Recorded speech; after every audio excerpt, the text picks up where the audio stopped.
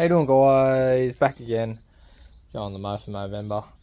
What are we doing today? Playing with Drop Spindles from Zerek in the States. Just got to do some modifications to fit the ABS system on it. Just whack the ABS rings off that now. I can't really run the magnetic pickup on a tone wheel setup because the Mark K ABS system I got won't work like that. I probably make it work, but it's too much work. It's too very complicated to make it work. You have to have a tunable ABS ECU, and they're not cheap. So what we're doing today, now, convert these stub axles, these axles and shit. That one's that's clearly not on there. We're going to convert it to different bearing. Convert them to mini bearings. A lot thicker than stock every day of the week, man. Like they're 12mm flange or something. Compared to the stock, like 5 on the other car. So we're doing that, converting that over. I had to get longer bolts for the bearing because they're not long enough for my liking. They're long, but not long enough for my liking. So gonna do that. Bump stiff, tie rod ends, other stuff. Got the front spindles for the increased acumen as well.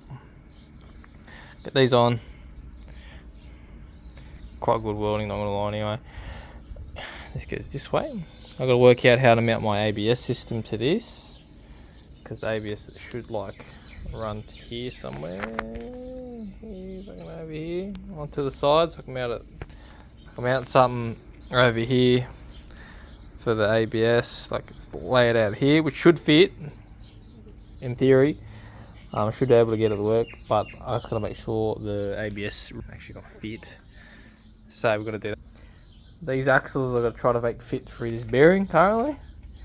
Yeah, it means I've got all this ARP stuff for nothing, but not wasted. Wheel nuts are not for nothing, but so that's alright. Gotta make sure the brakes fit. Gotta make sure the front brakes fit, because the Vari front brakes run really tight tolerances, so it might fit. The rears, I have to make sure it fits on the rear hub now before I have to put back on the lathe and machine a bit more out of it.